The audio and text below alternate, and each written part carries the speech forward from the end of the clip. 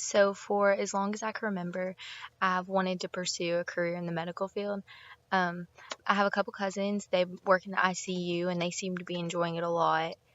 But on the morning of December 27th, 2005, I went to what I thought was a routine checkup at my pediatrician, but my mom knew I was getting tested for diabetes.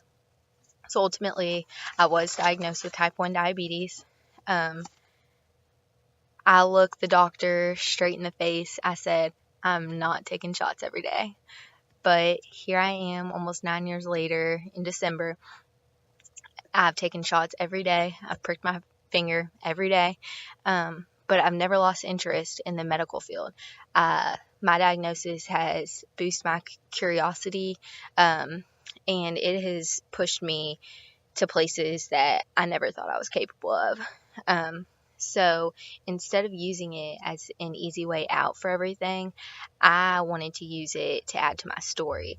I wanted it to help me push me in my journey to who I wanted to be and what I wanted to become.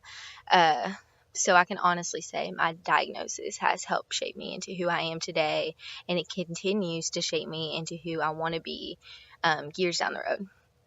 So, my cousin Adrienne, she's 29 now. She got diagnosed when she was 6 years old. So, she's had diabetes for 23 years. And she works at the ICU at Norton Hospital. And I had to give her an interview for my nursing class. It was an assignment. And she said her diagnosis was a big contributor in her wanting to become a nurse. So, it never stopped her either. So if someone ever asked me who I look up to, I would definitely say my cousin Adrienne. She's exactly where I want to be at that age. She's got her diabetes under control. She had problems with it growing up, just like I did, and she's in a good place now. And I really look up to her for that. But I was diagnosed in elementary school. It was the beginning of the fourth grade. So I had a lot of reliance on staff at school, my parents, etc. Because I was so young. I was only 9 years old. I didn't really understand what I was doing yet. So I had to go to the office throughout the day, the rest of elementary school, for the office ladies to help pinch my arm, to give my shot, make sure I was checking my blood sugar like I'm supposed to. Then in high school, I had a little bit more freedom, but I let my health slip, and I ultimately spent a lot of days in the hospital. I missed numerous days of school for diabetes. I would come in late sometimes if my blood sugar wasn't regulated in the mornings.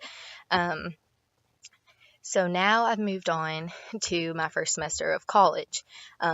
Big changes. I have near complete freedom of myself and my health, which is a big responsibility. But I know that I can't let my grades slip. I can't let my health slip. I have to prioritize. I have to know what's important.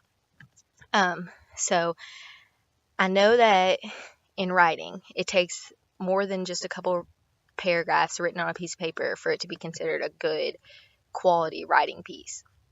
And in the same sense, diabetes, you can't just prick your finger and take shots every day and be called a good diabetic. It takes more than that. You have to know your body, know what you can eat, know when to eat, check your blood sugar, everything. So I know that I can't just check my blood sugar and it's going to regulate itself. But diabetes has pushed me to places, like I said, that I never thought I was capable of. I went to diabetes camp for about 3 summers until I got too old for it. And I was talking to a girl there, and I asked her if she ever wished that she never got diagnosed. And she said no, which I thought was weird because I would love a life without diabetes. But she made me realize my life would be so different if I didn't have diabetes. I'm truly thankful for my diagnosis, and it's weird to say, but I'm happy, I'm content with where I am, and I'm content with where I'm going to go.